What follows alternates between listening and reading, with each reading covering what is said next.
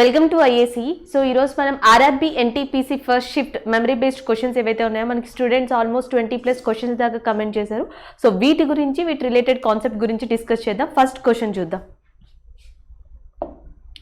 So first question వచ్చి which of the following is a terrestrial planet. Basically రోజు paper చూస్తే మనకి మోడరేట్గా ఉంది అని చెప్పగలం. సో ఎవరైతే ప్రిపేర్ అవుతారో కంటిన్యూస్గా, సో అలాంటి వాళ్ళకి పేపర్ ఈజీ టు మోడరేట్లో ఉందని చెప్పొచ్చు.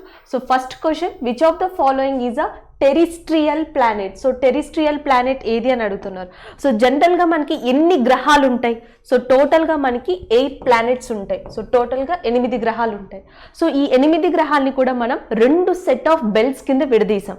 సో మనకి సూర్యుడి చుట్టూ,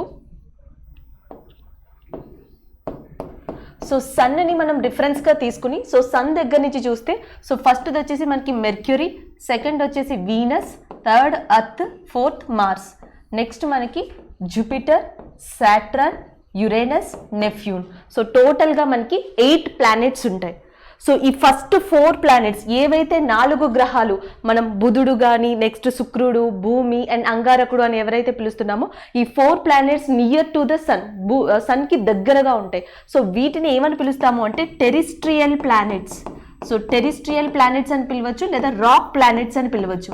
సో నెక్స్ట్ జూపిటర్ కానీ, సాటర్న్ కానీ, యురేనస్ కానీ, నెప్ట్యూన్ కానీ ఇవి దూరంగా ఉంటాయి. సో వీటిని ఏమని పిలవచ్చు అంటే మనం gaseous planets. So gaseous planets అని పిలవచ్చు, లేదా జెయింట్ ప్లానెట్స్ అని పిలవచ్చు, లేదా జోవియన్ ప్లానెట్స్ అని పిలవచ్చు. ఈ నేమ్ మనకి చాలా ఇంపార్టెంట్, జోవియన్. సో జోవియన్ అంటే అర్థం ఏంటంటే Jupiter like structure. So Jupiter అంటే బృహస్పతి. ఆ 4 గ్రహాలు కూడా బృహస్పతిని పోలికలు ఉంటాయి కాబట్టి యాస్టీస్గా జూపిటర్ ఎలా ఉంటుందో ఆల్మోస్ట్ అవి కూడా అంతే నియర్ టు ద సైజ్ కానీ లేకపోతే లక్షణాలు కానీ ఉంటాయి కాబట్టి జోవియన్ ప్లానెట్స్ అంటున్నాం. అసలు యాక్చువల్గా ఏ ప్లానెట్ అయినా ఒక బాడీని, ఒక సెలిస్టియల్ బాడీని ప్లానెట్ అని ఎలా చెప్తాము అంటే, ఒకటి ఆ బాడీ అనేది మనకి ఆల్మోస్ట్ స్పెరికల్ షేప్లో ఉండాలి. సో సెకండ్ థింగ్ దానికంటూ నిర్ణీత కక్ష ఉండాలి, అంటే ఒక పర్టిక్యులర్ ఆర్బిట్లో తిరుగుతూ ఉండాలి. Third one mostly it is composed by rock particles and gaseous particles. So దాంట్లో మనకి mostly rock particles and gaseous particles కనిపిస్తాయి. అర్త్ మీద చూస్తే, మీరు భూమి మీద చూస్తే ఫస్ట్ సర్ఫేస్ మీద ఉండేది మనకి డస్ట్ పార్టికల్స్. అదే వాతావరణంలో చూస్తే మనకి ఎక్కువగా ఉండేది గ్యాషియస్ పార్టికల్స్. సో ఇలా ఒక ప్లానెట్ కంపోజ్ చేయబడుతుంది. ఈ రెండు చూస్తే వీటిని ప్రైమరీ ప్లానెట్స్ అనొచ్చు, సో వీటిని సెకండరీ ప్లానెట్స్ అనొచ్చు. వేటిలో ఎక్కువ గ్యాస్ ఉంటుందంటే దీంట్లో కాబట్టి గ్యాషియస్ ప్లానెట్స్, వీటిలో రాక్ లేదా ఇట్లాంటి మెటీరియల్ ఎక్కువ ఉంటుంది కాబట్టి వీటిని టెరిస్ట్రియల్ ప్లానెట్స్ అంటాం. సో క్వశ్చన్ వచ్చేసి ఇక్కడ మనకి earth, Uranus, Jupiter, Saturn. So which of the following is a terrestrial planet అన్నాం. సో యురేనస్ కానీ, సాటర్న్ కానీ, జూపిటర్ కానీ ఈ 3 కూడా మనకి గ్యాషియస్ ప్లానెట్స్. సో అర్త్ అనేది ఏమవుతుంది అంటే మనకి టెరిస్ట్రియల్ ప్లానెట్ అవుతుంది. సో ఆన్సర్ వచ్చేసి అర్త్ అవుతుంది. సో ఆల్రెడీ ప్లానెట్స్ మీద అడుగుతున్నారు కాబట్టి మేబీ ఎన్ని ప్లానెట్స్ ఉన్నాయని అడగచ్చు. 8 ప్లానెట్స్. అసలు ఒరిజినల్గా మనకి ఎన్ని ప్లానెట్స్ ఉండాలి అంటే 9. సో ఒరిజినల్గా మనకి 9 ప్లానెట్స్ ఉండేవి, 9 గ్రహాలు.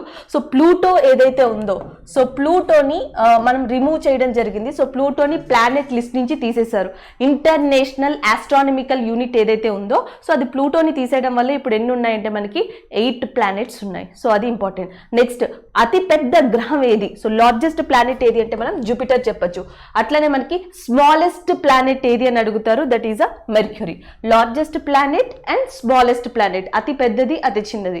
సో నెక్స్ట్ మనకి ఎక్కువగా మూన్స్ ఉన్న ప్లానెట్ ఏది? శాటిలైట్స్ అంటున్నాం కదా, ఉపగ్రహాలు, దాన్ని మూన్స్ కూడా అని పిలవచ్చు. సో మనకి ఎక్కువగా ఉపగ్రహాలు ఉన్న గ్రహం ఏది అని అడిగితే జూపిటర్. సో ఎక్కువగా మనకి జూపిటర్కు ఉన్నాయి. కానీ రీసెంట్ అప్డేట్స్ ప్రకారం, సో ఇప్పుడు వచ్చిన అప్డేట్స్ ప్రకారం, సో నాసా ఇచ్చిన డేటా ప్రకారం ఇప్పుడు మనకి ఎక్కువగా ఉన్న శాటిలైట్స్ ఉన్న ప్లానెట్ ఏది అంటే సాటర్న్ గా చెప్పొచ్చు. సో ప్రెసెంట్ డేటా ప్రకారం అయితే సాటర్న్ అవుతుంది. సో ఓల్డ్ టెక్స్ట్ బుక్ ప్రకారం అయితే మనకి జూపిటర్ అవుతుంది. సో నెక్స్ట్ వన్, అసలు మనకి ఉపగ్రహాలు శాటిలైట్స్ లేని ప్లానెట్స్ ఏంటి అంటే మనకి ఒకటి మెర్క్యూరీ అండ్ రెండోది వచ్చేసి వీనస్. ఈ రెండింటికి కూడా మనకి ఎటువంటి శాటిలైట్స్ లేవు, ఉపగ్రహాలు లేవు, 0. అర్త్కి ఒకే ఒక్క శాటిలైట్ ఉంది, అదే మనకి మూన్ లేదా లూనార్ అని పిలవచ్చు. సో నెక్స్ట్ మార్స్కి వచ్చేసి 2 శాటిలైట్స్ ఉన్నాయి. ఒకటి ఫోబోస్ అంటాం, ఒక ఉపగ్రహం పేరు వచ్చేసి ఫోబోస్, అండ్ ఇంకొక ఉపగ్రహం పేరు వచ్చేసి మనకి డీమోస్గా చెప్తాం. సో ఇది ఇంకా లాస్ట్ క్వశ్చన్ ఇక్కడ నుంచి మనం ఏం ఎక్స్పెక్ట్ చేయొచ్చు అంటే లార్జెస్ట్ ఆస్ట్రాయిడ్ అంటే గ్రహ శకలాలు అంటున్నాం కదా, లఘు గ్రహాలు అంటాం, లఘు గ్రహాలు అంటే చాలా చిన్న గ్రహాలు, గ్రహాల్లానే ఉంటాయి కానీ వాటికి స్పెసిఫిక్ క్యారెక్టరిస్టిక్స్ ఉండవు. సో లార్జెస్ట్ ఆస్ట్రాయిడ్ బెల్ట్ వేటి మధ్య ఉంది అని అడుగుతారు. ఇవి ఫస్ట్ 4 ప్లానెట్స్, ఇవి next 4 planets. So first 4 planets కి నెక్స్ట్ 4 ప్లానెట్స్ కి మధ్యలో ఉన్న ఆస్ట్రాయిడ్ బెల్ట్ ని మనం ఏమని పిలుస్తున్నామంటే largest asteroid belt. Largest asteroid belt located between which planets అని అడిగితే ఒకటి వచ్చేసి మార్స్ అండ్ ఒకటి వచ్చేసి జూపిటర్. మార్స్కి జూపిటర్కి మధ్యలో మనకి లార్జెస్ట్ ఆస్ట్రాయిడ్ బెల్ట్ ఉందని చెప్పొచ్చు. సో ఇవి ఎక్కువగా అడిగే questions. Next one, state and central interlink in mentioned in which schedule. So మనం ప్రీవియస్ దాంట్లోనేమో పార్ట్స్ చూసాం. సో ఒరిజినల్గా ఎన్ని పార్ట్స్ ఉన్నాయంటే 22, ఇప్పుడు ప్రస్తుతం ఎన్ని పార్ట్స్ ఉన్నాయంటే 25, దాంట్లో కొన్ని పార్ట్స్ అడిగారు. సో ఇక్కడ క్వశ్చన్ ఏంటి మనకి జనరల్గా షెడ్యూల్, అది కూడా దేనికి రిలేటెడ్ అడిగారు, సెంట్రల్ అండ్ స్టేట్. సో సెంట్రల్కి స్టేట్కి ఇంటర్లింక్ ఉన్న షెడ్యూల్ ఏది అంటే మనకి 7th షెడ్యూల్. సో ఇది మళ్ళీ కూడా రిపీట్ అయ్యే ఛాన్స్ ఉంది, ఇది ఎందుకంటే మనకి పాలిటీలో చాలా ఇంపార్టెంట్ కాబట్టి. సో జనరల్గా మనకి government of India act, so government of India act ఎప్పుడు వచ్చింది అని అడుగుతారు, 1935, 1935. So government of India act 1935 వచ్చినప్పుడు అప్పుడు బ్రిటిష్ వాళ్ళు ఇంట్రడ్యూస్ చేసిన షెడ్యూల్స్ ఎన్ని అంటే 10 షెడ్యూల్స్ని ఇంట్రడ్యూస్ చేశారు. అయితే మనకి కాన్స్టిట్యూషన్ రాయడం కంప్లీట్ ఎప్పుడైందంటే 1949, 1949 నవంబర్ 26 కల్లా మనం రాజ్యాంగం కాన్స్టిట్యూషన్ ఏదైతే ఉంటుందో అది రాయడం కంప్లీట్ అయింది. సో 1949 ఆ టైంలో మనం ఎన్ని షెడ్యూల్స్ని తీసుకున్నాము అంటే 8 షెడ్యూల్స్ని తీసుకున్నాం. అంటే ఒరిజినల్ కాన్స్టిట్యూషన్లో మనకి ఎన్ని షెడ్యూల్స్ ఉన్నాయంటే 8. బట్ ప్రస్తుతం ఇప్పుడు ఎన్ని షెడ్యూల్స్ ఉన్నాయి అంటే 12. ప్రస్తుతం మనకి 12 షెడ్యూల్స్ ఉన్నాయి. సో దీంట్లో అడిగింది ఏంటంటే 7th షెడ్యూల్ అడిగారు. So next maybe 8th schedule అడగచ్చు. సో 8th షెడ్యూల్ అనేది ఏం మాట్లాడుతుంది అంటే అధికార భాష.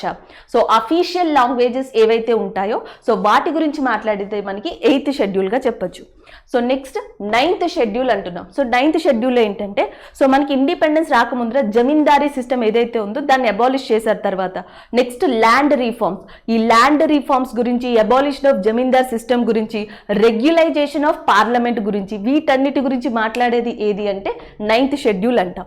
సో 10th షెడ్యూల్ వచ్చేసి disqualifications of members of parliament, that ఏది లోక్సభ, ఎస్పెషల్లీ లోక్సభ కానీ స్టేట్ లెజిస్లేటివ్ అసెంబ్లీ కానీ.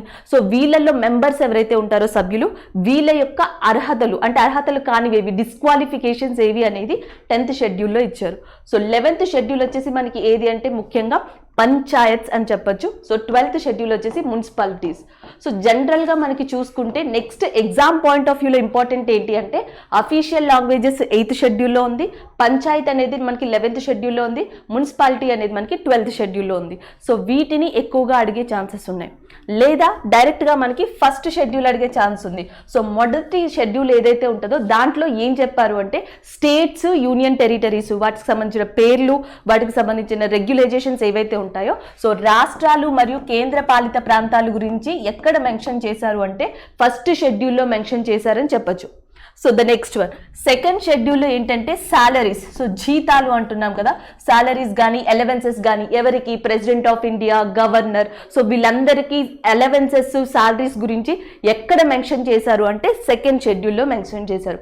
So next one, third one, oath, ప్రమాణ స్వీకారం.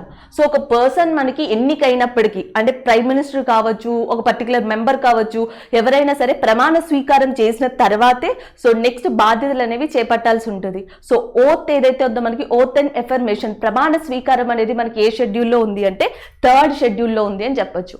నెక్స్ట్ 4th వచ్చేసి మనకి allocation of seats of Rajya Sabha, అంటే ఏ స్టేట్ నుంచి రాజ్యసభకి ఎంతమంది వెళ్తారు, ఏ యూనియన్ టెరిటరీ నుంచి రాజ్యసభకి ఎంతమంది వెళ్తారు. So seats from the states, పర్టికులర్గా ఒక్కొక్క రాష్ట్రం నుంచి రాజ్యసభకి కేటాయించే సీట్లను ఎక్కడ మాట్లాడతారు అంటే 4th షెడ్యూల్లో.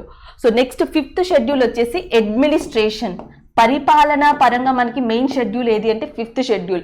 అది కూడా దేని గురించి మాట్లాడుతుంది మెయిన్గా అంటే మనకి ఈ షెడ్యూల్ క్యాస్ట్, షెడ్యూల్ ట్రైబ్ ఎవరైతే ఉన్నారో SC ST, సో వీళ్ళ గురించి పర్టికులర్గా అడ్మినిస్ట్రేషన్, పరిపాలన గురించి మాట్లాడేది 5th షెడ్యూల్ అవుతుంది. సో నెక్స్ట్ మనకి 6th షెడ్యూల్, ఇది కూడా SC ST అంటే షెడ్యూల్ ట్రైబల్ పీపుల్ ఎవరైతే ఉన్నారో సో వాళ్ళకి సంబంధించిన పరిపాలనే. కానీ ఎస్పెషల్లీ ఏ స్టేట్స్ గురించి మాట్లాడుతుంది అంటే Assam, Meghalaya, Tripura, Mizoram.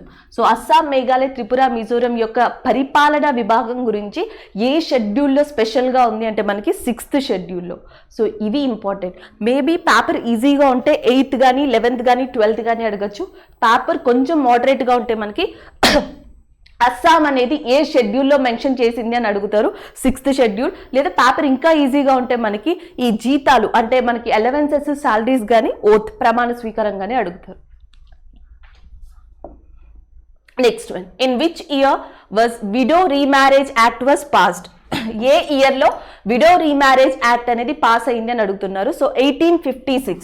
So 26th July 1856, 1856లో ఈ యాక్ట్ అనేది పాస్ అవడం జరిగింది. So most of the students మాకు కమెంట్ చేసినప్పుడు ఎట్లా కమెంట్ చేశారు అంటే యాక్ట్ ఏ సంవత్సరంలో పాస్ అయింది అని కమెంట్ చేశారు, 1856. 1 or 2 స్టూడెంట్స్ ఏమని కమెంట్ చేశారు అంటే 1856లో విడో రీమ్యారేజ్ యాక్ట్ పాస్ అయినప్పుడు అక్కడున్న ప్రస్తుత జనరల్ ఎవరు, గవర్నర్ జనరల్ ఎవరు అని అడిగారు. సో యాక్చువల్గా మనకి ఈ విడో రీమ్యారేజ్ యాక్ట్, వితంతు పునర్వివాహం, సో దాన్ని పాస్ చేయాలి, ఇలాంటి ఒక చట్టాన్ని తీసుకురావాలి అని చెప్పిన పర్సన్ ఎవరు అంటే లార్డ్ డల్హౌసీ. క్వశ్చన్ అనేది చాలా ఇంపార్టెంట్. ఇక్కడ మనకి ప్రతిపాదించింది ఎవరు, హూ ప్రపోజ్డ్ అని అడిగితే లార్డ్ డల్హౌసీ పెట్టాలి. బట్ హూ పాస్డ్, ఆ చట్టాన్ని ఎవరు పాస్ చేశారు, ఆ చట్టం వచ్చినప్పుడు ఏ పర్సన్ ఉన్నారు అంటే మనకి మెయిన్గా లార్డ్ కానింగ్. సో 1856లో లార్డ్ కానింగ్ మనకి ఛార్జ్ తీసుకోవడం జరిగింది. First viceroy of India and last governor general of India. So Lord Canning టైంలో ఈ 1856 వితంతు పునర్వివాహ చట్టం అనేది స్టార్ట్ అయింది. సో నెక్స్ట్ ఏమని అడగచ్చు అంటే వితంతు పునర్వివాహ చట్టానికి ఇండియాలో బాగా కృషి చేసిన వ్యక్తి ఎవరు అని అడగచ్చు, ఈశ్వర్ చంద్ర విద్యాసాగర్. సో మనకి ఈశ్వర్ చంద్ర విద్యాసాగర్ ఎవరైతే ఉన్నారో సో ఈయన వితంతు పునర్వివాహం కోసం చాలా ఎక్కువ కృషి చేశారని చెప్పొచ్చు. సో మనకి రాజా రామ్మోహన్ రాయ్ ఎవరైతే ఉన్నారో 1829, 1829లో సతీ చట్టం అనేది పాస్ అవడానికి రాజా రామ్మోహన్ రాయ్ కారణమైతే సో 1856లో విడో రీమ్యారేజ్ యాక్ట్కి మనకి విద్యాసాగర్ కారణం అని చెప్పొచ్చు. అట్లనే మనకి భారతదేశంలో మొట్టమొదటిగా ఏ విడో ఈ రీమ్యారేజ్ ని చేసుకున్నారు అంటే కాళీమతి అనే పర్సన్ మనకి ఫస్ట్ విడో, ఈమె ఫస్ట్ రీమ్యారేజ్ చేసుకున్నారు. సో అఫీషియల్ గా అంటే ఇండియాలో చాలా చోట్ల, ఈవెన్ రాజమండ్రి ఆంధ్రప్రదేశ్లో కానీ, బాంబే కానీ, కలకత్తా కానీ, సో డిఫరెంట్ ప్లేసెస్లో ఈ యాక్ట్ రాగానే సో కొన్ని సంవత్సరాల తర్వాత, ఆల్మోస్ట్ కొంచెం టైం తీసుకున్న తర్వాత ఈ రీమ్యారేజెస్ అనేవి స్టార్ట్ అయ్యాయి. బట్ అన్నిట్లో రికార్డు పరంగా చూసుకుంటే సో ఫస్ట్ స్టెప్ ఎవరి నుంచి పడింది అంటే ఈ పర్టికులర్ పర్సన్ నుంచి వచ్చిందని చెప్పొచ్చు. సో అది ఇక్కడ మెయిన్ థింగ్.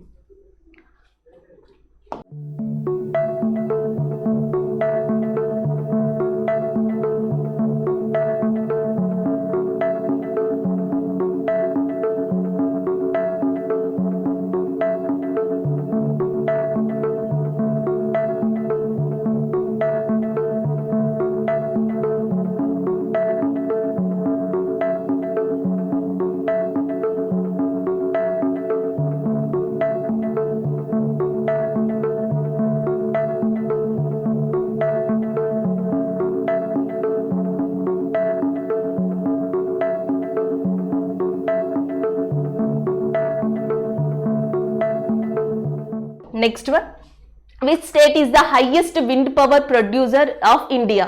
సో జనరల్గా ఏంటంటే ఇప్పుడంతా కూడా మనం wind technology, solar technology, so టైడల్ energy వీటి మీద ఎక్కువగా ఇప్పుడు డిపెండ్ అవుతున్నాం, చేంజ్ అవుతున్నాం. సో అందుకని క్వశ్చన్స్ కూడా వాటి రిలేటెడ్ అడగడం జరుగుతుంది. ఇక్కడ క్వశ్చన్ ఏమని అడిగారంటే విండ్ పవర్ ప్రొడ్యూసర్స్లో సో ఇండియాలో ఉన్న టాప్ స్టేట్ ఏది అని అడుగుతున్నారు, తమిళనాడు. సో తమిళనాడు టాప్ స్టేట్లో. సో నెక్స్ట్ ఈ క్వశ్చన్ అడగచ్చు అంటే ప్రపంచంలో చూసుకుంటే విండ్ పవర్లో ఇండియా ఏ ప్లేస్లో ఉంది అని అడగచ్చు. సో 4th ప్లేస్లో ఉంది. అంటే మనకి గాలిని యూజ్ చేసి ఈ ఎలక్ట్రిసిటీ ఏదైతే ఉందో దానికి సంబంధించింది, టెక్నాలజీకి సంబంధించి ఈ విండ్ టెక్నాలజీ, విండ్ పవర్ ప్లాంట్కి సంబంధించి 4th ప్లేస్లో ఇండియా ఉంది ప్రపంచంలో. లేదా క్వశ్చన్ ఇంకొంచెం డిఫరెంట్గా అడిగితే మరి వరల్డ్లో ఫస్ట్ ప్లేస్లో ఉన్న కంట్రీ ఏది అని అడిగితే చైనా అని చెప్పొచ్చు. సో చైనా ఫస్ట్ ప్లేస్లో ఉంది. సో ఇంకా కొంచెం డెప్త్గా అడగాలి అనుకుంటే సో మనకి విండ్ పవర్ ప్లాంట్స్ గురించి అసలు ఇండియాలో ఫస్ట్ విండ్ పవర్ ప్లాంట్ ఎక్కడ స్టార్ట్ చేశారని అడగచ్చు, 1986లో. సో 1986లో 3 డిఫరెంట్ ప్లేసెస్లో మనకి ఈ విండ్ పవర్ ప్లాంట్ అనేది స్టార్ట్ చేయడం జరిగింది.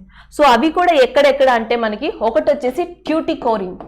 So Tuticorin which is located in Tamil Nadu area. So next వచ్చేసి మనకి రత్నగిరి. సో రత్నగిరి అనేది మనకి మహారాష్ట్రలో ఉన్న ఏరియా. సో నెక్స్ట్ వచ్చేసి మనకి ఓక్ area. Oka area. So Oka is in Gujarat. గుజరాత్లో, తమిళనాడులో అండ్ మహారాష్ట్రలో 3 డిఫరెంట్ ప్లేసెస్లో ఒకే ఇయర్ మనకి విండ్ ప్లాంట్ని స్టార్ట్ చేయడం జరిగింది. అది 1986లో. కానీ ఇప్పటికీ ఇండియాలో టాప్ స్టేట్గా ఉన్నది ఏదంటే తమిళనాడు, దాని తర్వాత మహారాష్ట్ర, రాజస్థాన్, గుజరాత్ ఏవైతే ఉన్నాయో ఇవన్నీ కూడా టాప్ ప్రయారిటీలో ఉన్నాయని చెప్పొచ్చు. ఇది మనం విండ్ గురించి చెప్పుకునేది. అట్లనే విండ్ అడిగారు కాబట్టి నెక్స్ట్ సోలార్ గురించి కూడా అడిగే ఛాన్సెస్ ఉంటాయి. సో ప్రపంచంలో సోలార్ని యూజ్ చేసే దాంట్లో ఇండియా ఏ పొజిషన్లో ఉంది అని అడగచ్చు. సో ఇండియా టాప్ 5లో ఉంది. విండ్ టెక్నాలజీలో అయితే, విండ్ని యూజ్ చేసే దాంట్లో అయితే టాప్ 4లో ఉంటే, సో మనకి సోలార్ దాంట్లో టాప్ 5th పొజిషన్లో ఇండియా ఉందని చెప్పచ్చు. సో ఇండియాలో ప్రజెంట్ మనకి ఎన్ని సోలార్ పవర్ ప్లాంట్స్ ఉన్నాయని అడగచ్చు. సో ఇండియాలో మనకి టోటల్గా 42 సోలార్ పవర్ ప్లాంట్స్ ఉన్నాయి. సో అట్లనే ఇంకా మన ఇండియాలో ఏ ఎయిర్పోర్ట్ని, ఏ విమానాశ్రయాన్ని టోటల్గా మనకి ఈ సోలార్ పవర్ ఎయిర్పోర్ట్గా స్టార్ట్ చేస్తున్నారని అడుగుతారు. కొచ్చిన్. సో మనకి కొచ్చిన్ విమానాశ్రయం ఏదైతే ఉందో సో దానిని కంప్లీట్గా సోలార్ సంబంధమైన ఎయిర్పోర్ట్ కింద దాన్ని క్రియేట్ చేయబోతున్నారు. సో అట్లే మనకి బోట్స్ అంటున్నాం, పడవలు, బోట్స్ కానీ షిప్స్ కానీ, సో వీటికి సంబంధించి కంప్లీట్ సోలార్ టెక్నాలజీని యూజ్ చేసిన స్టేట్ ఏది అంటే కేరళగా చెప్పచ్చు. ప్రపంచంలో అతిపెద్ద సోలార్ పవర్ ప్లాంట్ ఏ కంట్రీలో ఉంది అంటే చైనా. ప్రజెంట్ మనకి ప్రపంచంలో అతిపెద్ద సోలార్ పవర్ ప్లాంట్ ఉన్నది చైనాలో అని చెప్పొచ్చు. సో ఇది మనకి wind and as well as సోలార్కి సంబంధించిన main thing. Next one, Brihadeeswara temple in Odisha belongs to which style of architecture. So ఇప్పటి వరకు మనం బృహదీశ్వర గురించి చూసాం. సో బృహదీశ్వర టెంపుల్ని ఎవరు కట్టించారు అంటే రాజరాజ చోళ. సో ఎక్కడ ఉందంటే మనకి తంజావూరు, తమిళనాడు. దాని speciality largest granite temple. So ఇక్కడ వరకు మాత్రమే మనకు తెలుసు. సో నెక్స్ట్ ఏమని అడుగుతున్నారు అంటే ఇది ఏ టైప్ ఆఫ్ టెంపుల్, ఏ ఆర్కిటెక్చర్ అని అడుగుతున్నారు.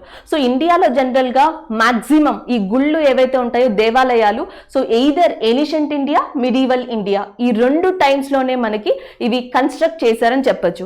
సో భారతదేశంలో మెయిన్గా మనకి 3 టైప్స్ ఆఫ్ దేవాలయాలు అంటే 3 టైప్స్ ఆఫ్ ఆర్కిటెక్చర్ స్టైల్స్ ఉన్నాయని చెప్పొచ్చు. ఒకటి వచ్చేసి మనం నగరా స్టైల్ అంటున్నాం. సో నెక్స్ట్ వచ్చేసి ఇంకొకటి ద్రవిడ స్టైల్, ఇంకొకటి వచ్చేసి వెసరా స్టైల్. ఒకటి నగర and second one Dravida and third one వచ్చేసి మనం వెసరా స్టైల్ అంటున్నాం.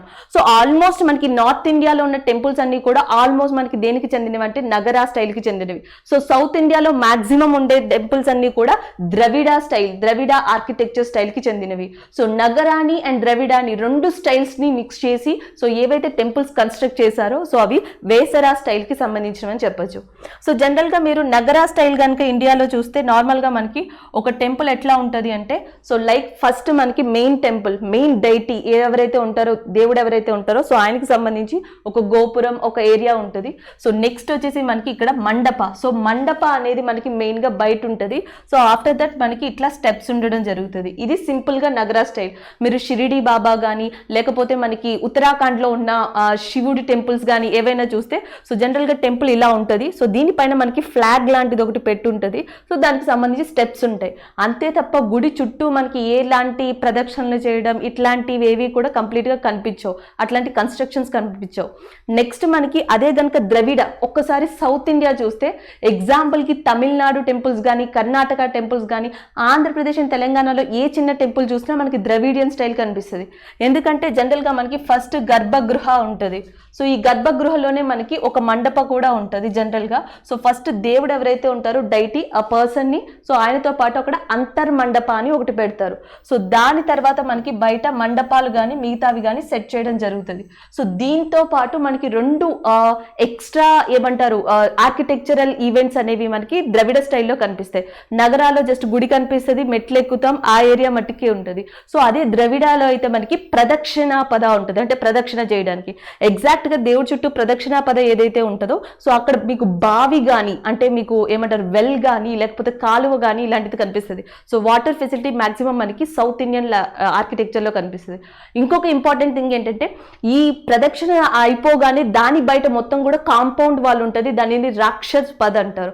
ఒకటి రాక్షస్ పద్ ఉంటుంది, తర్వాత ప్రదక్షిణ పద్ ఉంటుంది, తర్వాత గర్భగృహ ఉంటుంది, తర్వాత మెయిన్ దేవుడు ఉంటారు. సో ఇది ద్రవిడియన్ ఏమంటారు ఆర్కిటెక్చర్కి అండ్ నగర ఆర్కిటెక్చర్కి మెయిన్ డిఫరెన్స్ అని చెప్పొచ్చు. సో మన ఎగ్జామ్కి ఇది అవసరం లేదు, బట్ ద థింగ్ మీకు ఈ కాన్సెప్ట్ తెలియాలి. ఇంకొక ఇంపార్టెంట్ థింగ్ ఏంటంటే మనకి నగరాలో స్టైల్స్ వచ్చేసి ఒకటి ఒడిస్సా టెంపుల్ స్టైల్ అంట, ఇంకొకటి వచ్చేసి సోలంకి టెంపుల్ స్టైల్ అంట. సో మనకి లింగరాజ్ టెంపుల్ ఏదైతే ఉందో ఒడిస్సాలోని మనకి Lingaraja temple. So Lingaraja temple అనేది మనకి దేనికి సంబంధించింది అంటే ఒడిస్సా ఆర్కిటెక్చర్కి సంబంధించింది. ఆప్షన్స్లో ఒడిస్సా ఉంటే ఒడిస్సా పెట్టచ్చు ఆర్కిటెక్చర్ స్టైల్ అని, ఒడిస్సా లేకపోతే ఇది నగరాకి సంబంధించింది కాబట్టి నగరా పెట్టచ్చు. అట్లానే మనకి మీనాక్షి టెంపుల్ కానీ బృహదీశ్వర టెంపుల్ కానీ ఇవన్నీ కూడా దేనికి చెందినవి అంటే ద్రవిడియన్ స్టైల్కి. సో ఆప్షన్స్లో ద్రవిడియన్ ఉంటే ద్రవిడియన్ పెట్టచ్చు, కానీ దీన్ని కట్టించింది చోళులు కాబట్టి సో ద్రవిడియన్లో మనకి Chola architecture, Madurai architecture, so ఇట్లాంటి ఆర్కిటెక్చర్స్ ఉంటాయి. సో ఆప్షన్ని బట్టి ఆన్సర్ ఉంటుంది. So Brihadeeswara, Dravidian, Lingaraja that is a Nagara style. And ఇంకొకటి వచ్చేసి మనకి సోలంకి, గుజరాత్లోని సోమనాథేశ్వర దేవాలయం ఏదైతే ఉందో అది సోలంకి స్టైల్లోకి వస్తుంది, అది కూడా నగరానే. అట్లానే మనకి మధ్యప్రదేశ్లో ఖజురహో టెంపుల్స్ ఏవైతే ఉన్నాయో సో అవి కూడా దేంట్లోకి వస్తాయి అంటే మనకి నగరా స్టైల్లోకే వస్తాయి. సో ఇక్కడ క్వశ్చన్ వచ్చి మనకి what is the another name of Jog falls. So Jog జలపాతం ఏదైతే ఉందో దాని యొక్క అనదర్ నేమ్ ఏంటి అని అడిగారు. సో జోగ్ జలపాతం యొక్క ఇంకొక పేరు వచ్చేసి మనకి గేర్సోపా. సో గేర్సోపా జలపాతాన్ని మనం జోగ్ జలపాతం అని కూడా పిలుస్తున్నాం. సో జనరల్గా క్వశ్చన్ మనకి జోగ్ ఫాల్స్ యొక్క వేరే పేరు అడిగారు. మేబీ ఇంకొక టైప్లో కూడా మనం క్వశ్చన్ ఎట్లా ఎక్స్పెక్ట్ చేయొచ్చు అంటే జోగ్ వాటర్ ఫాల్స్ అనేవి ఏ నది మీద ఉన్నాయని అడగచ్చు. సో జోగ్ ఫాల్స్ అనేవి మనకి శారావతి. సో శారావతి రివర్ అనేది ఏ స్టేట్లో ఉంది అని అడగచ్చు, కర్ణాటక. సో బేసికల్లీ ఇదే క్వశ్చన్ మీద మనం ఇంకొక 2-3 క్వశ్చన్స్ని కూడా రివైజ్ చేయొచ్చు. జోగ్ వాటర్ ఫాల్స్ ఏ స్టేట్లో ఉందంటే కర్ణాటక, ఏ నది మీద ఉంది అంటే శారావతి. సో అట్లానే కర్ణాటకలో ఇంకొక ఇంపార్టెంట్ వాటర్ ఫాల్స్ వచ్చేసి మనకి Kunchikal. So Kunchikal water falls కానీ శివ సముద్రం వాటర్ ఫాల్స్ కానీ కర్ణాటకలో ఇవి చాలా ఇంపార్టెంట్. సో మనకి శివ సముద్రం జలపాతం కానీ లేకపోతే జోగ్ జలపాతం కానీ కర్ణాటకలో ఉన్నాయి. శివ సముద్రం జలపాతం అనేది ఏ నది మీద ఉంది అని అడుగుతారు, Kaveri. So Kaveri river creates Shivasamudram water falls in which state అంటే కర్ణాటక. సో దీంతో పాటు ఇంకెలాంటివి అడగచ్చు అంటే దూద్ సాగర్ అడగచ్చు మేబీ. సో దూద్ సాగర్ వాటర్ ఫాల్స్ అనేవి మనకి ఏ స్టేట్లో ఉన్నాయి అంటే గోవాలో ఉన్నాయి. సో దీన్ని అడగచ్చు. లేదా ఇంకొక ఇంపార్టెంట్ వాటర్ ఫాల్స్ వచ్చేసి మనకి మంకీ వాటర్ ఫాల్స్ అంటాం. సో మంకీ వాటర్ ఫాల్స్ అనేవి మనకి ఏ స్టేట్లో ఉన్నాయి అంటే తమిళనాడులో ఉన్నాయి. సో తెలంగాణ ఎవరైతే ఉంటారో వాళ్ళకి ఈజీగానే అర్థమవుతుంది. కుంతల వాటర్ ఫాల్స్ అంటాం, కుంతల జలపాతం కానీ లక్నవరం జలపాతం కానీ ఇవన్నీ తెలంగాణలో ఉంటాయి. సో నెక్స్ట్ మనకి ఒడిస్సా వచ్చేటప్పటికి బర్హీ పానీ. సో బర్హీ పానీ అనేది మనకి ఎక్కడ ఉంది అంటే ఒడిస్సాలో ఉంది. సో ఇది ఇంపార్టెంట్ అని చెప్పచ్చు. సో మేఘాలయ వచ్చేటప్పటికి మనకి ఇంపార్టెంట్గా నోహసంగ్ థియాంగ్, నోహసంగి థియాంగ్. సో ఇది మనకి ఎక్కడ ఉంది అంటే మేఘాలయ్. సో మేఘాలయలో 2 జలపాతాలు ఎగ్జామ్ పాయింట్ ఆఫ్ వ్యూలో ఇంపార్టెంట్. ఒకటి నోహసంగ్ థియాంగ్, ఇంకొకటి వచ్చేసి మనకి స్వీట్ వాటర్ ఫాల్స్ అంటాం. సో ఇవన్నీ కూడా మనకి నెక్స్ట్ మేబీ ఎక్స్పెక్టెడ్లో ఉండొచ్చు. వీటన్నిటిలో కూడా చాలా ఇంపార్టెంట్ ఏది అంటే మనం శివ సముద్రం చెప్పచ్చు. అండ్ ఆల్రెడీ ఫేజ్ 1లో కూడా అడిగారు, అది మధ్యప్రదేశ్కి సంబంధించి దువన్దారా. సో మనకి దువన్దారా అనే వాటర్ ఫాల్స్ ఎక్కడ ఉన్నాయి అంటే మధ్యప్రదేశ్లో ఉన్నాయి.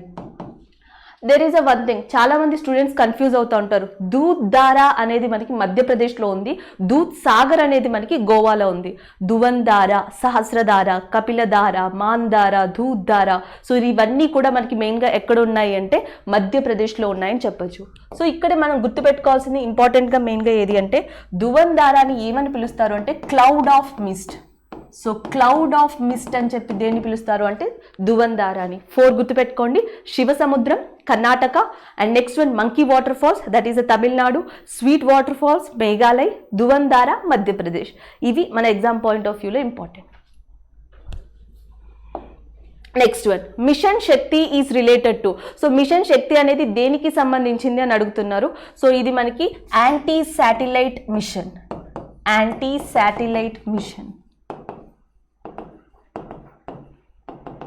So anti satellite missile mission కింద మనకి సో ఇండియాలో లాంచ్ చేసింది ఏది అంటే మిషన్ శక్తి అని చెప్తారు. సో మనకి శాటిలైట్స్కి సంబంధించిన వాటిని డిస్ట్రాయ్ చేయడం, వేరే కంట్రీస్వి, సో అట్లాంటి మిసైల్స్ని ట్రాక్ చేయడం కోసం మనకి ATS అనే టెక్నాలజీ ఉంది, యాంటీ శాటిలైట్ మిసైల్స్ టెక్నాలజీ అని చెప్పి. ఆల్రెడీ దీన్ని టెస్ట్ చేసిన కంట్రీస్ మనకి USA, and second country Russia, third country China. ఇప్పుడు వరల్డ్లో ఈ ATS టెక్నాలజీని ఇంట్రడ్యూస్ అయిన దాంట్లో 4th ప్లేస్లో ఏది ఉందంటే ఇండియా ఉందని చెప్పొచ్చు. సో ఇది ఏ మిజైల్ కి చెందుతుంది అంటే మనకి సో ATS అనే రకానికి చెందుతుంది, మిషన్ శక్తి. సో దీన్ని 2019 ఆ టైంలో ప్రయోగించడం జరిగింది. యాక్చువల్గా మనకి మిసైల్స్ మీద కూడా ఎక్కువగా అడుగుతున్నారు కాబట్టి సో జనరల్గా మనకి ఫస్ట్ వన్ ఇండియాలో సర్ఫేస్ టు సర్ఫేస్ మిజైల్స్ ఉంటాయి. అంటే మనకి సర్ఫేస్ నుంచి సర్ఫేస్గా ఎదుర్కోవడానికి, ఓన్లీ ల్యాండ్ మీద ఎదుర్కోవడానికి మిసైల్స్, క్షిపణులు అనేవి ఉంటాయి.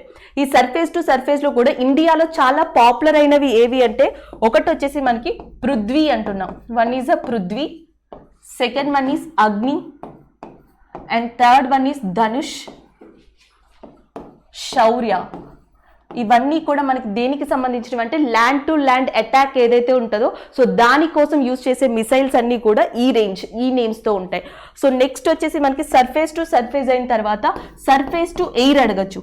సో సర్ఫేస్ టు ఎయిర్ మనకి ఈ సర్ఫేస్ నుంచి ఎయిర్ మీదకి టార్గెట్ చేసేది. సో ఫస్ట్ వన్ వచ్చేసి ఆకాష్. సో దీన్ని గుర్తుపెట్టుకోవడం కూడా ఈజీయే. సో మనం మెయిన్గా ఎయిర్ మీదకి టార్గెట్ చేస్తున్నాం కాబట్టి ఆకాష్. అండ్ సెకండ్ వన్ వచ్చేసి త్రిశూల్. ఆకాష్ని కానీ త్రిశూల్ని కానీ మనం ఏ యాంగిల్లో యూజ్ చేస్తామంటే సర్ఫేస్ టు ఎయిర్. సో జనరల్గా త్రిశూల్ని యూజ్ చేసినా ఇట్లానే యూజ్ చేస్తాం, సర్ఫేస్ నుంచి ఎయిర్కి.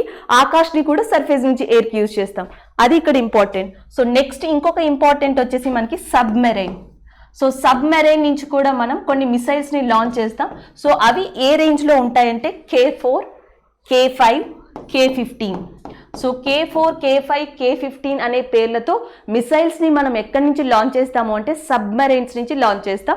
సో ఇంపార్టెంట్ వచ్చేసి మనకి Sagarika K15. So Sagarika K15 ఏదైతే ఉందో అది చాలా ఇంపార్టెంట్ అని చెప్పొచ్చు, అండ్ దట్ టు సబ్మెరైన్స్లో.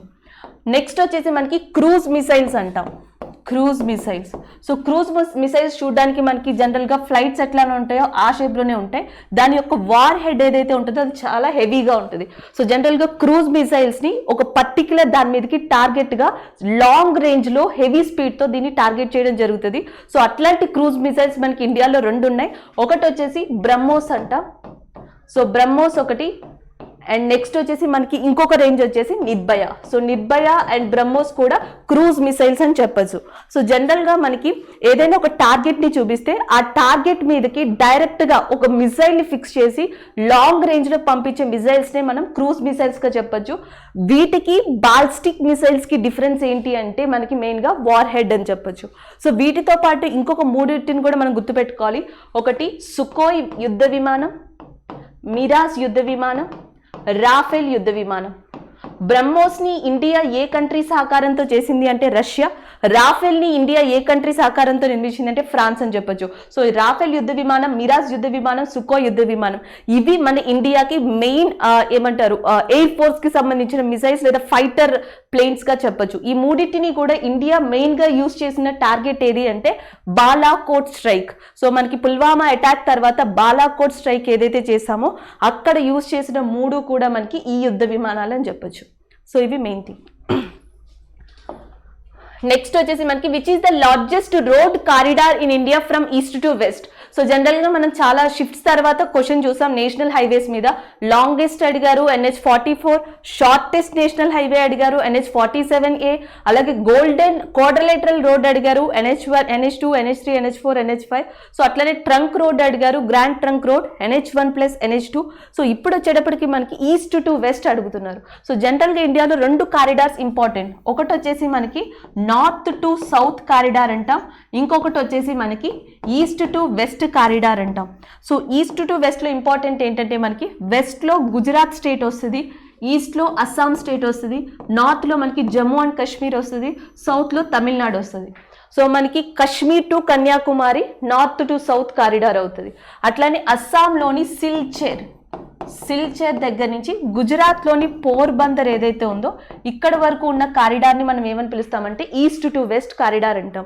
అక్కడ చూసుకుని ఆన్సర్ ఇవ్వాల్సి ఉంటుంది. ఈస్ట్ టు వెస్ట్ అని ఉంది కాబట్టి సిల్చర్ టు పోర్బందర్ అవుతుంది. వెస్ట్ టు ఈస్ట్ అని కనుక ఇస్తే సో ఆప్షన్ని మీరు ఒకసారి ట్వైస్ చూసుకుని పెట్టాలి. అప్పుడు మీరు పోర్బందర్ టు సిల్చర్ అని చెప్పి ఆన్సర్ పెట్టాల్సి ఉంటుంది. సో జనరల్గా అందరూ ఒకవైపు మాత్రమే గుర్తుపెట్టుకుంటారు పోర్బందర్ సిల్చర్ అని, బట్ ఆప్షన్స్లో మనకి క్వశ్చన్ మీద డిపెండ్ అయి రావడం జరుగుతుంది. సో ఇది ఇంపార్టెంట్గా చెప్పచ్చు. Next one, Babur wrote Baburnama in which language. So Babur ఎవరైతే ఉన్నారో మనకి మొఘల్స్ డైనాసిటీని స్థాపించిన పర్సన్. సో ఆయన ఏ లాంగ్వేజ్లో రాశారో అని అడిగారు. సో జనరల్గా మనం చెప్పాలి అంటే టర్కిష్ లాంగ్వేజ్ లో ఆయన ఈ బాబర్ నామా అనే దాన్ని రాయడం జరిగింది. సో టర్కిష్ లాంగ్వేజ్ ని ఒరిజినల్ గా ఏమని పిలుస్తారు అంటే సో చాక్టై అని చెప్పి పిలుస్తారు. సో హిస్టరీ ప్రకారం చూసుకుంటే మీరు ఈజీగా టర్కిష్ లాంగ్వేజ్ అని గుర్తుపెట్టుకోవచ్చు. అట్లనే మనకి ఈ బాబర్ ఎవరైతే ఉన్నారో ఈయన అజబెకిస్తాన్ ప్రాంతం నుంచి ఇండియాకి రావడం జరిగింది. ఆయన యొక్క మెయిన్ నేమ్ వచ్చేసి మనకి జహీరుద్దీన్ మొహమ్మద్. సో బాబర్ అసలు నేమ్ వచ్చేసి జహీరుద్దీన్ మొహమ్మద్. అట్లనే మనకి బాబర్ అంటే నేమ్ ఏంటి, అర్థం ఏంటి అని అడుగుతారు, లయన్. సో బాబర్ అంటే మనకి మెయిన్ గా అర్థం లయన్. సో ఆయన ఇండియాలోకి వచ్చిన తర్వాత 1526లో 1526లో ఫస్ట్ పానిపట్ యుద్ధం చేశారు. సో నెక్స్ట్ వన్ 1527 1527లో కాన్వా వార్ చేశారు. సో కాన్వా వార్ ఏ స్టేట్ లో చేశారు అంటే రాజస్థాన్ ఏరియా. సో మనకి రాణా సంగ్ అనే కింగ్ తో యుద్ధం చేసిన పర్సన్ ఎవరు అంటే బాబర్. సో ఆయన యుద్ధం చేసిన పేరు కాన్వా యుద్ధం. ఈ యుద్ధంలో ఎవరు నెగ్గారు అంటే బాబర్. సో ఎవరైతే మనకి ఈ రాణా సంగ్ ఉన్నారో ఆయన ఓడిపోవడం జరిగింది. సో నెక్స్ట్ ఏమని అడుగుతారంటే 1526 1527 తర్వాత 1529 1529లో ఆఫ్ఘాన్స్ ఎవరైతే ఉంటారో సో గ్రూప్ ఆఫ్ ఆఫ్ఘాన్స్ ని ఈయన ఓడించడం జరిగింది. సో 1530లో సో బాబర్ చనిపోవడం జరిగింది. So Babur died in which year అంటే 1530. సో బాబర్ నామా దాని యొక్క మెయిన్ నేమ్ వచ్చేసి తుజ్కి ఈ Baburi. So Babur Turkish language లో రాసింది ఏది అంటే తుజ్కి ఈ బాబరీ.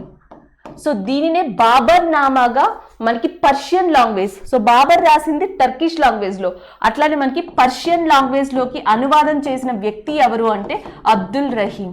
సో మనకి అబ్దుల్ రహీం ఎవరైతే ఉన్నారో adopted son of Akbar. So Akbar యొక్క అడాప్టెడ్ సన్ ఎవరైతే ఉన్నారో అబ్దుల్ రహీం. సో ఆయన ఈ బాబర్ నామా అనే దాన్ని పర్షియన్ లాంగ్వేజ్ అంటే ఇరాక్ లో మాట్లాడే భాషని పర్షియన్ అంటాం. సో ఆ లాంగ్వేజ్ లోకి ట్రాన్స్లేట్ చేయడం జరిగింది.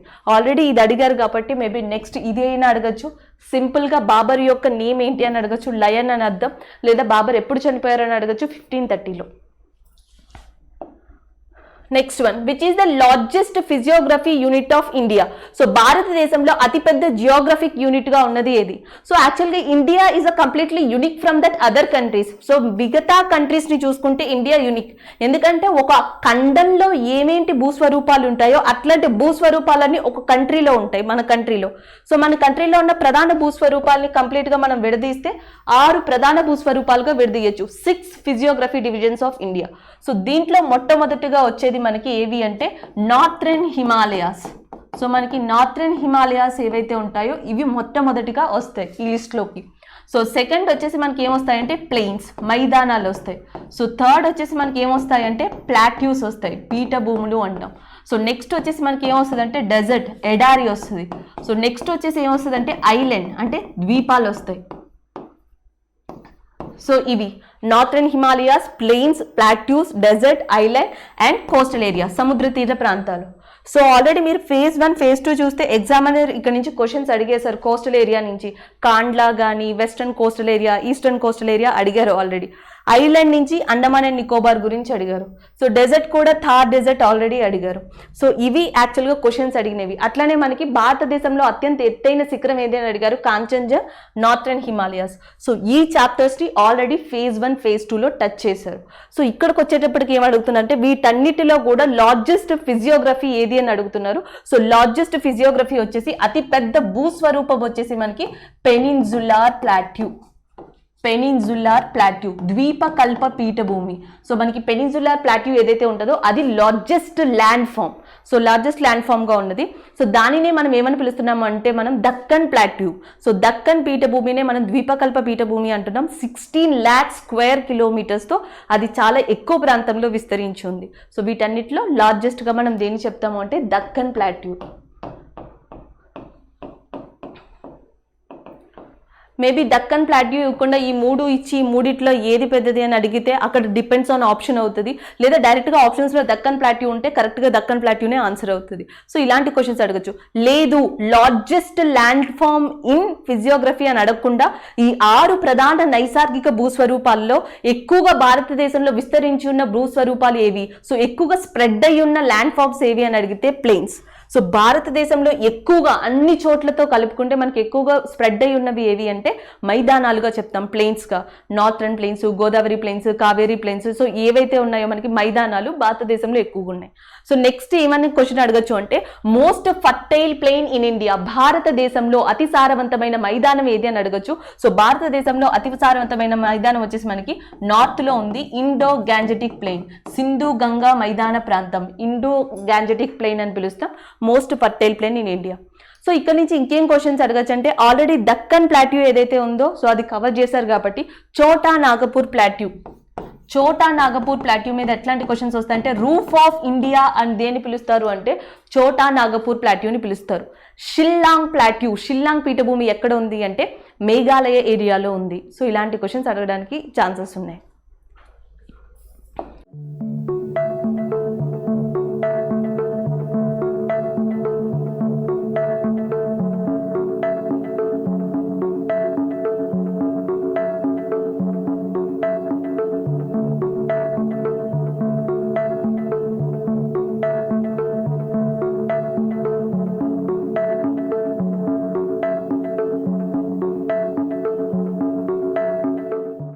Next one, why is turmeric yellow in colour? So మనకి పసుపు ఏదైతే ఉంటుందో సో దానికి రంగు రావడానికి, కలర్ రావడానికి మెయిన్ కారణం ఏంటి అని అడుగుతున్నారు.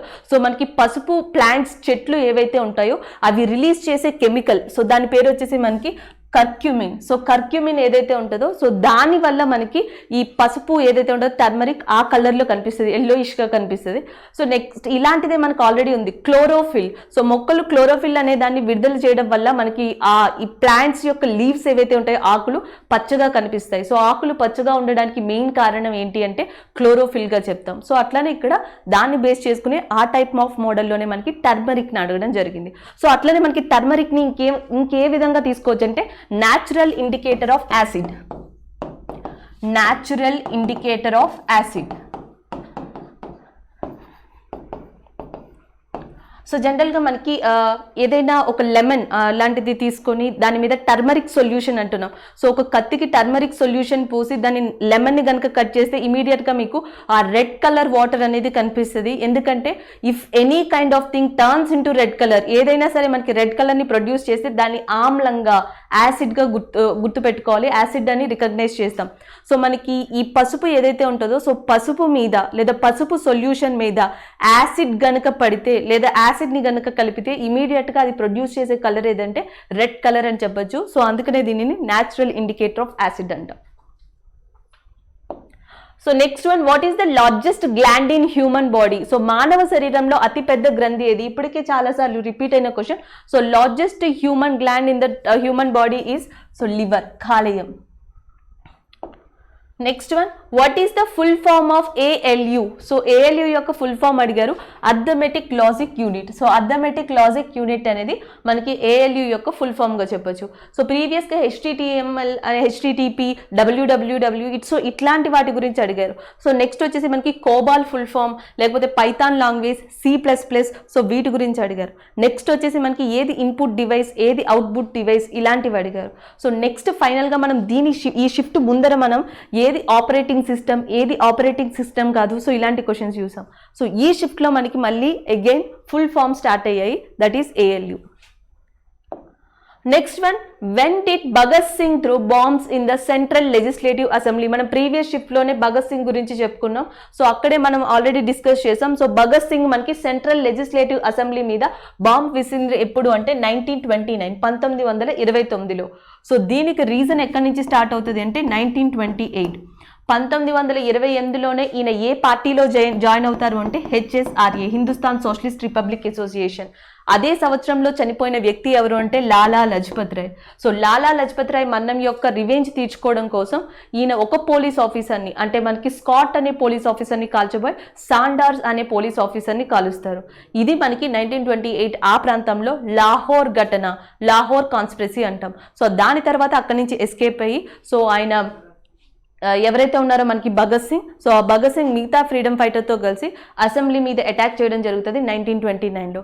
సో తర్వాత భగత్ సింగ్ని క్యాప్చర్ చేయడం అండ్ ఉరి తీయడం కూడా జరుగుతుంది. సో భగత్ సింగ్ని ఎప్పుడైతే ఉరి తీసారో ఆ రోజుని మనం షాహిద్ దివాస్ కింద కూడా సెలబ్రేట్ చేసుకుంటున్నాం, అంటే జరుపుకుంటున్నాం. So next one question related to that Patna Kalam. So Patna Kalam ఏదైతే ఉందో ఇది పెయింటింగ్ కి రిలేటెడ్. సో మనకి ఇండియన్ అండ్ బ్రిటిష్ పెయింటింగ్ ఏవైతే ఉంటాయో పెయింటింగ్ స్టైల్స్ వాటికి సంబంధించిన క్వశ్చన్, బట్ ఇది డిపెండ్స్ ఆన్ ఆప్షన్ అవుతుంది. అంటే మనకి పాట్నా కలాం అనేది ఏ స్టేట్లో ఫేమస్ అని అడగచ్చు, లేకపోతే మేబీ దాంట్లో ఉన్న మెయిన్ స్ట్రక్చర్స్ ఏంటని అడగచ్చు, లేదా బ్రిటిష్ ఓరియంటెడ్ డెవలప్మెంట్ అని అడగచ్చు, లేదా ఇండో ఇస్లామిక్ డెవలప్మెంట్ అని అడగచ్చు. సో బేసికలీ ఇది ఇండియన్ అండ్ బ్రిటిషర్స్ ఎవరైతే ఉన్నారో వీళ్ళిద్దరి ఫామ్ నుంచి ఈ డెవలప్మెంట్ నుంచి వచ్చిందే మనకి పాట్నా కలాం పెయింటింగ్ అని చెప్పొచ్చు. లేదా సింపుల్గా మనకి Patna Kalam is related to painting, music, book ఇట్లా అడుగుండొచ్చు. It is related to painting అని చెప్పొచ్చు. Next one, when was Shanghai Cooperation Organization SCO established అని అడుగుతున్నారు. So SCO is established in 2001, 2001లో ఎస్టాబ్లిష్ అయింది. సో అది ఎస్టాబ్లిష్ అయిన తర్వాత మనకి 2016 2016 అంటే 2001 నుంచి 2016 లోపు దీని మెంబర్స్ ఎంతమంది అంటే 6 మెంబర్స్. కానీ ఇప్పుడు ప్రస్తుతం 2021లో షాంఘై కోఆపరేషన్ ఆర్గనైజేషన్ SCO ఏదైతే ఉందో 2021 ఇప్పుడు ప్రస్తుతం దీని మెంబర్స్ ఎంతమంది అంటే 8 మంది. సో ఒరిజినల్గా 6 ఉండేవాళ్ళు, ఇప్పుడు ప్రజెంట్ ఎంతమంది ఉన్నారంటే 8 మెంబర్స్ ఉన్నారు. సో 2017లో 2017లో మనకి షాంఘై కోఆపరేషన్ ఆర్గనైజేషన్లో ఫుల్ టైం మెంబర్స్గా ఏమంటారు జాయిన్ అయిన పర్సన్స్ ఎవరు అంటే ఒకటి ఇండియా, రెండోది వచ్చేసి Pakistan. India, Pakistan, Russia, China, Uzbekistan, Kazakhstan, Tajikistan. So టోటల్గా మనకి 8 కంట్రీస్ ఏవైతే ఉన్నాయో ఇవన్నీ కూడా SCOలో పార్ట్గా ఉన్నాయి. Next one, Antonio Guterres belongs to which country. So present మనకి UN జనరల్ సెక్రటరీగా ఉన్నది ఆంటోనియో. సో ఆయన ఏ దేశానికి చెందిన పర్సన్ అని అడుగుతున్నారు, Portuguese. So is from Portuguese. Next one, what type of tax is GST. So goods and service tax. So జనరల్గా మనకి ఇండియాలో మెయిన్గా ట్యాక్సెస్ డైరెక్ట్ ట్యాక్స్ అంటాం, ప్రత్యక్ష పన్ను. అండ్ సెకండ్ వన్ వచ్చేసి పరోక్ష పన్ను అంటాం, దానినే ఇండైరెక్ట్ ట్యాక్స్ అంటాం. సో మనకి ఎగ్జామ్లో ఏం కావాలి అంటే డైరెక్ట్ ట్యాక్స్ ఎగ్జాంపుల్ కావాలి, ఇండైరెక్ట్ ట్యాక్స్ ఎగ్జాంపుల్ కావాలి, ఇవి అడుగుతారు. సో ప్రత్యక్ష పన్ను అంటే ఒక రీజన్కి అంటే ఒక పనికి లేదా ఒక పర్టికులర్ మనిషికి నేరుగా విధించే పన్నునే మనం ఏమని పిలుస్తామంటే డైరెక్ట్ ట్యాక్స్ అంటాం. ఆల్మోస్ట్ ఇది సెంట్రల్ గవర్నమెంట్ చేతిలో ఉంటుంది. ఫర్ ఎగ్జాంపుల్ ఇన్కమ్ ట్యాక్స్ అంటున్నాం. సో ఇన్కమ్ ట్యాక్స్ ఏదైతే ఉందో అది డైరెక్ట్గా ఒక పర్సన్ యొక్క ఇన్కమ్ మీద డిపెండ్ అయ్యి విధించే ట్యాక్స్. ఇన్కమ్ ట్యాక్స్ కానీ, కోఆపరేటివ్ ట్యాక్స్ కానీ, కార్పొరేషన్ ట్యాక్స్ కానీ, cooperative tax, income tax. So ఇవన్నీ కూడా మనకి దేంట్లోకి వస్తాయి అంటే డైరెక్ట్ ట్యాక్స్లోకి వస్తాయి. సో కార్పొరేటివ్ ట్యాక్స్ కానీ లేకపోతే ఇన్కమ్ ట్యాక్స్ కానీ. సో ఇండైరెక్ట్ ట్యాక్స్ వచ్చేటప్పటికి మనకి కస్టమ్స్ డ్యూటీ కానీ, సో ఇట్లాంటివన్నీ కూడా services tax, entertainment tax, GST. So ఒక పర్టిక్యులర్ సర్వీస్ మీద అంటే మనం ఏదైనా పని చేస్తే దాని నుంచి వచ్చే సర్వీస్ ఏదైతే ఉంటుందో ఆ సర్వీస్ మీద విధించిన ట్యాక్స్ని ఏమని పిలుస్తున్నామంటే ఇండైరెక్ట్. సో జనరల్గా మనకి మ్యానుఫ్యాక్చరింగ్ ఏదైతే ఉంటుందో సో మ్యానుఫ్యాక్చరింగ్కి సంబంధించిన ఏవైతే ట్యాక్సెస్ ఉంటాయో అవన్నీ కూడా ఇండైరెక్ట్లోకి వస్తాయి. మొదటిగా మనకి వాల్యూ యాడెడ్ ట్యాక్స్ అనేది ఉండేది, VAT ఉండేది.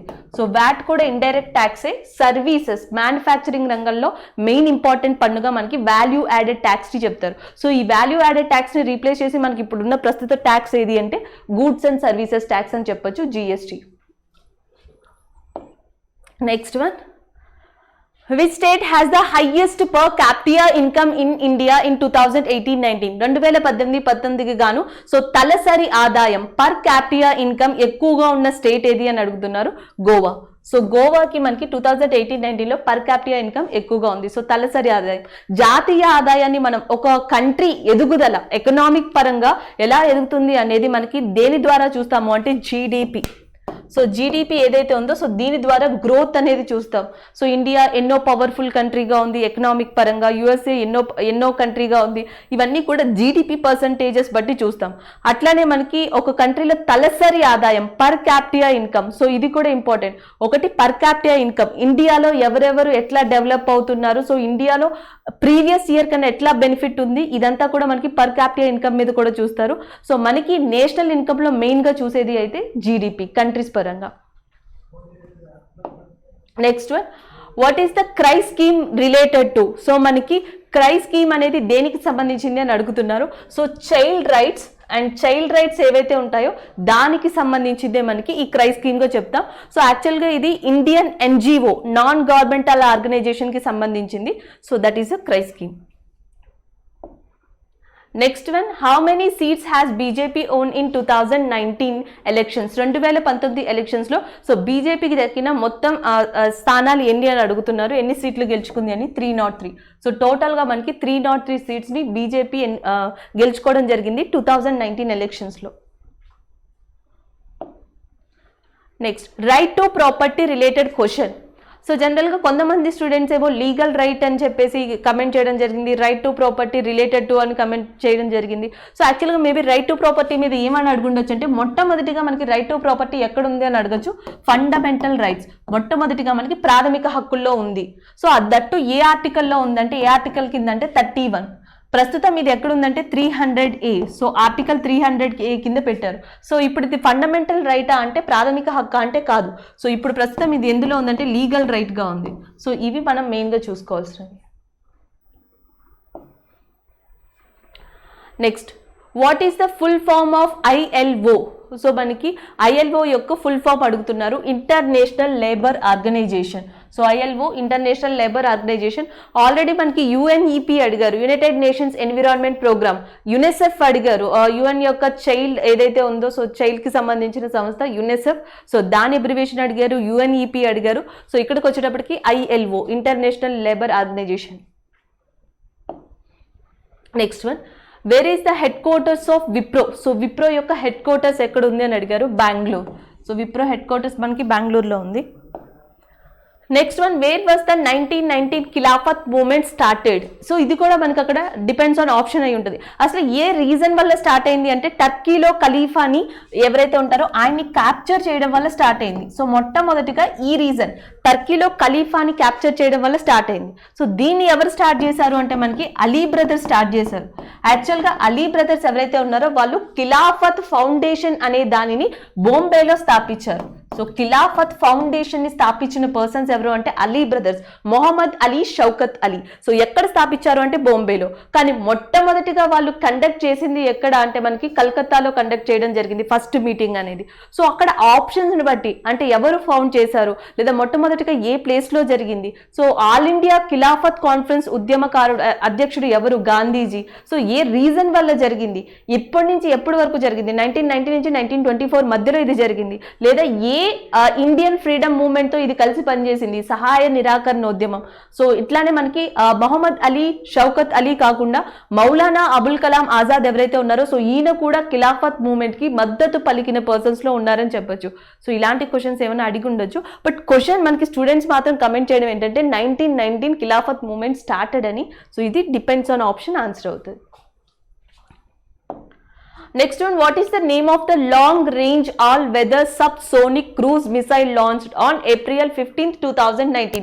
April 15th, 2019 లాంచ్ చేసిన సబ్సోనిక్ క్రూజ్ మిసైల్ ఏదైతే ఉందో సో దాని యొక్క నేమ్ ఏంటి అని అడుగుతున్నారు. ఆల్రెడీ చెప్పాను, క్రూజ్ మిసైల్ యొక్క వార్ హెడ్ అనేది కంప్లీట్ గా చాలా బరువుగా హెవీగా ఉంటుంది. ఒక పర్టికులర్ దాన్ని టార్గెట్ చేసిన తర్వాత ఒక్కసారిగా ఇది దాని మీద స్ట్రైక్ అవ్వడం జరుగుతుంది. సో అట్లాంటి క్రూజ్ మిసైల్స్ ఇండియాలో రెండు రకాలుగా మనకు ఉండే ఇంపార్టెంట్ అనేవి, ఒకటి బ్రహ్మోస్ రేంజ్ అయితే, రెండు నిర్భయ. సో మనకి ఇక్కడ ఆప్షన్స్ ని బట్టి అది నిర్భయ అవుతుంది, ఎందుకంటే నిర్భయాని 2019లో టెస్ట్ చేశారు ఏప్రిల్ 15న. సో ఆన్సర్ వచ్చేసి నిర్భయ అవుతుంది.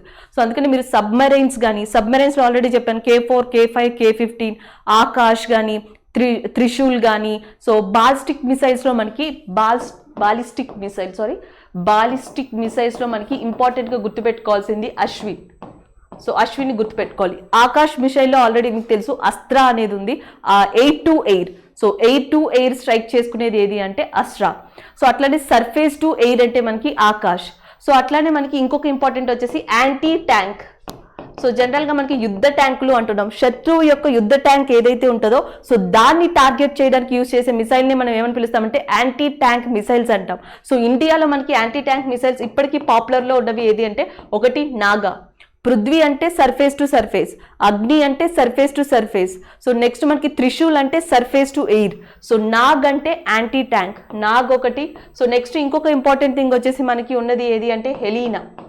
సో హెలీనా, నాగ్ ఇవన్నీ కూడా యాంటీ ట్యాంక్ మిసైల్స్. లేదా పాట్నా అని గుర్తుపెట్టుకోండి, Patna. P means Prithvi, A means Agni, T means Trishul, and A means Nag. So ఇలా కూడా మనం గుర్తుపెట్టుకోవచ్చు. So the next one. So next question వచ్చి, in which year was the air pollution act passed? So already ఇది మనం ఆల్రెడీ డిస్కస్ చేసుకున్నదే మనకి 1972. సో 1972లో మనకి wild life act అనే దాన్ని తీసుకొచ్చారు. వన్యప్రాణి సంరక్షణ చట్టం 1972లో వచ్చింది, వన్యప్రాణి సంరక్షణ చట్టం. సో వన్యప్రాణి సంరక్షణ చట్టం వచ్చిన తర్వాత 1973లో మనం ఏం స్టార్ట్ చేసాము అంటే ప్రాజెక్ట్ టైగర్ అనే దాన్ని స్టార్ట్ చేసాం. సో దాని తర్వాత మన 1974 ఆ ప్రాంతంలో మనకి water pollution and prevention act ఏదైతే ఉందో సో అది వచ్చింది. దాని తర్వాత మనకి 1981లో మనకి సో ఎయిర్ పొల్యూషన్ యాక్ట్ ఏదైతే ఉందో అది పాస్ అవడం జరిగింది. సో మనకి ఎయిర్ పొల్యూషన్ని ఎట్లాంటి ఇండెక్స్లో చూస్తాము అంటే air quality index, AQI, air quality index ద్వారా సో ఆ పారామీటర్స్ని యూజ్ చేసి సో ఎంతవరకు ఒక పర్టికులర్ ప్లేస్ పొల్యూట్ అయ్యింది లేదా పొల్యూట్ అవ్వలేదు అని చూస్తాం. ఆల్రెడీ నేను చాలాసార్లు చెప్పాను, భారతదేశంలో పొల్యూట్ అయిన సిటీ ఏది అంటే మనం ఢిల్లీగా చెప్తాం. So these are the questions which are commented by the students. Thanks for your comment.